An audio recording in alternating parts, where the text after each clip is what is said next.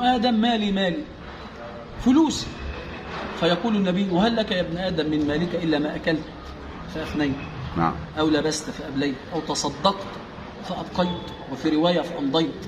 هو ده اللي باقي من المال، اللي هو الإيه؟ اللي هو الصدقة. ما عندكم ينفد وما عند الله باق. تصدق واذبح في هذه الأيام المباركة. طبعا الذبح لا يكون إلا بعد الصلاة. نعم. ده إيه؟ السنة ورد عن النبي. طبعا صلي لربك وانحر. فصلي لربك، لأن الذبح يوم الوقفة ده صدقة من الصدقات. نعم. والله اللي قادر يعمل صدقة صدقة وضحية وضحية يعني أهلا وسهلا بيه في الأيام دي. يعني عاوز يذبح مثلا في الأيام دي وفي يوم الوقفة مفيش مانع. أنت واخد بالك، بس يكون عنده إيه؟ عنده أضحية تانية عشان إيه؟ يتم سنة النبي عليه الصلاة والسلام. عليه أفضل الصلاة والسلام. أفضل حاجة في الزمن اللي إحنا فيه ده إن أنت تيجي في الأيام المباركة اللي زي ديت وتنفق مما قاله الله وقاله الرسول. يعني مثلا أفضل حاجة في أيام العيد الإيه؟ الصغير زكاة